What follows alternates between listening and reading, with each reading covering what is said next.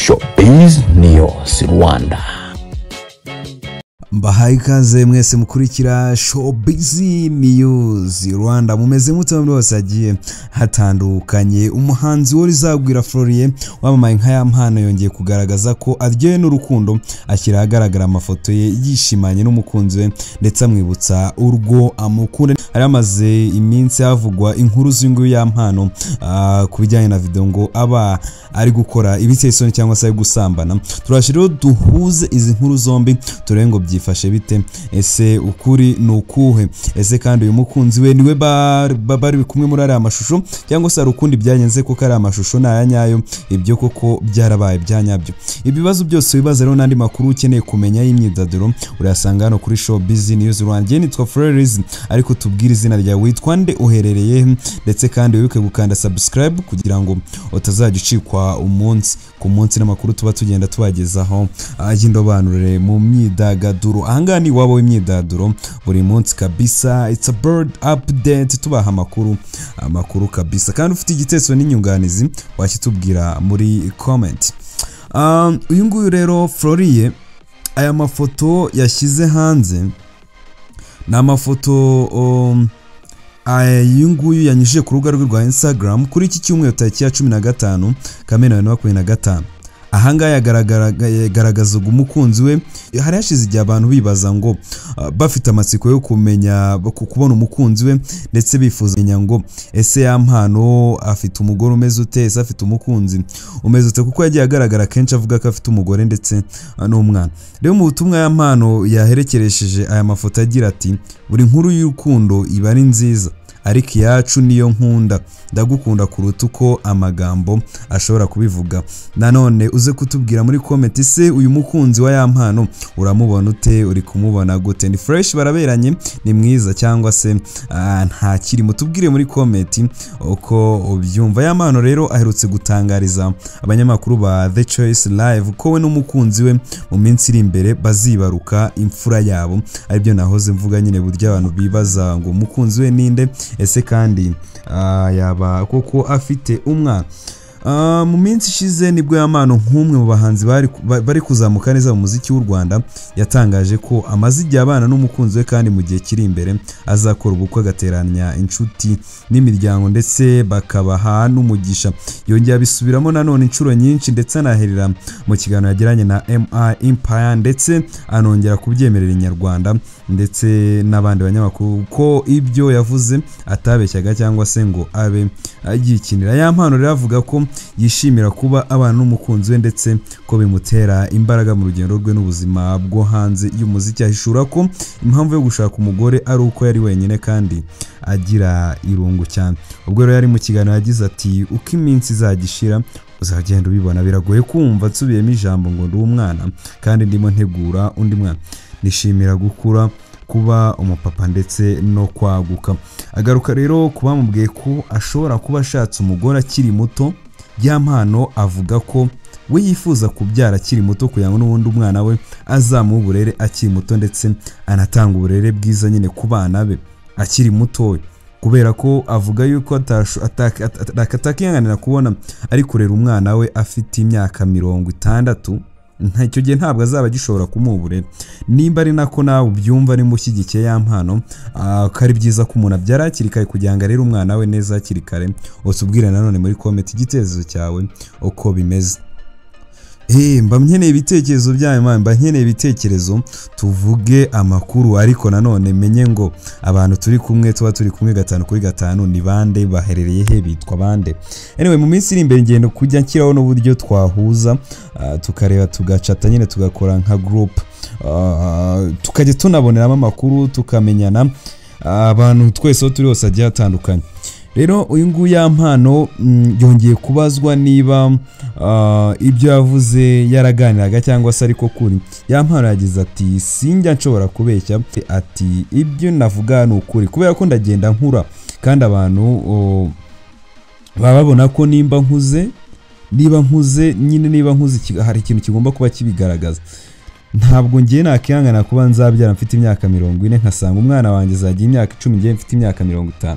kandi icyo gihe umwana yazagera mu gihe cy'ubujene we ufite 60 bakajya rero wakajya afata ubujene akabukopera ku bandi. Icyiza rero ni ukumwigisha ubwo bujene akaba ari wabukoperaho kubera ko nta n'imico mibi yakwigiraho, uburyo waba ukora ibintu byawe na discipline bimeze neza cyane.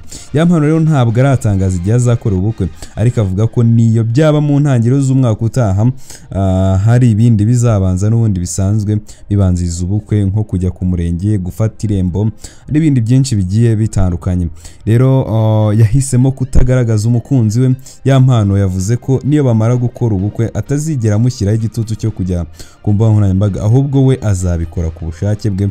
Gusa icyo abona cyiza nuko atajya ku mbuga nkoranyambaga kubera ko namwe imbuga nkoranyambaga murazizi nta mutekano uhari.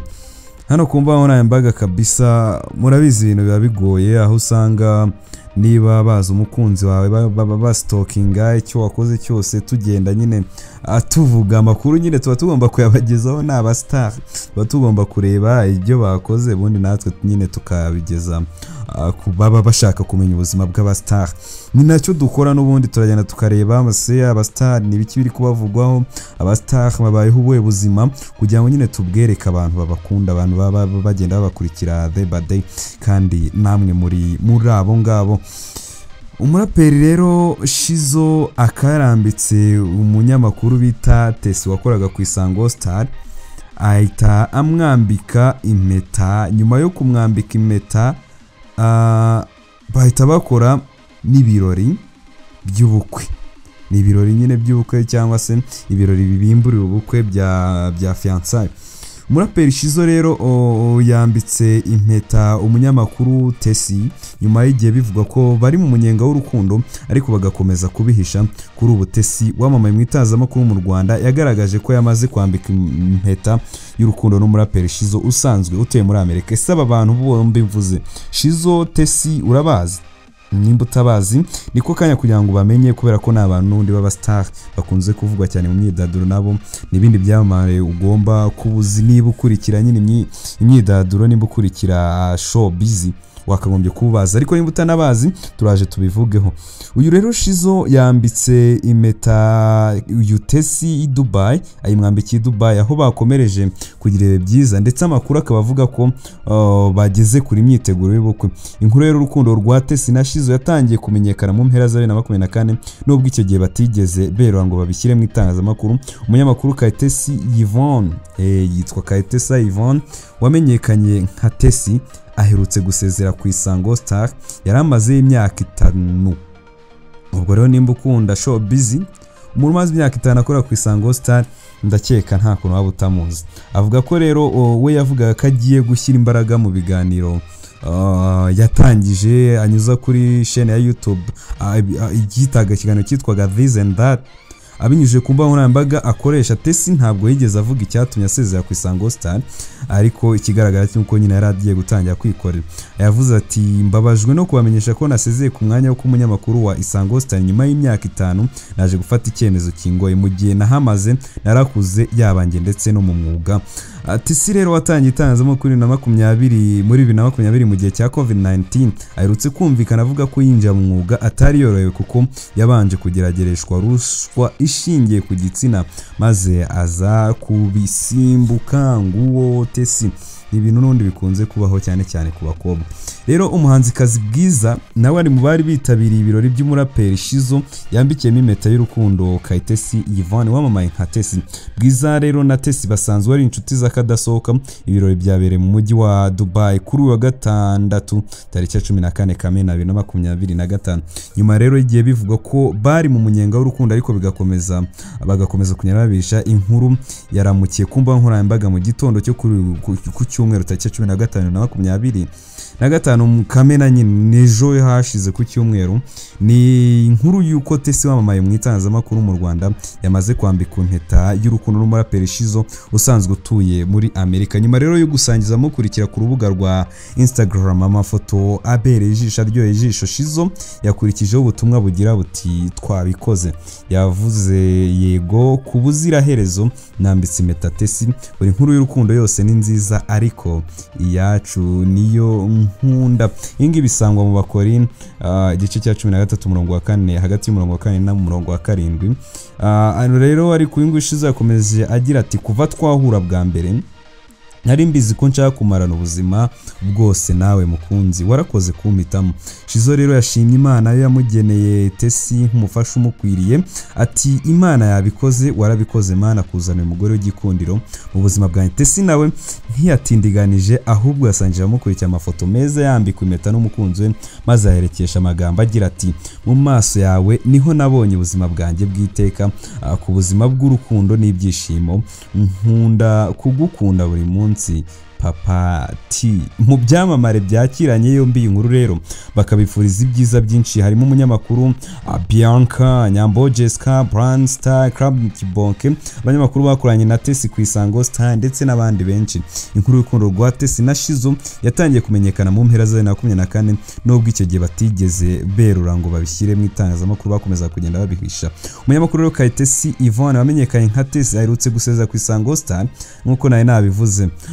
Rero uko nguko bimeze yatangiye 2020. Iby'ingenzi byo nabivuze n'ubwo nguwo rero niwe Tesi, akaba yambitswe rero impeta y'urudashira cyangwa se impeta y'akaramata. Nyivuga kuri ibi ngibi hari uwo bita Odia Intore, nawe yakorewe ibirori byo gusezera ubukumi.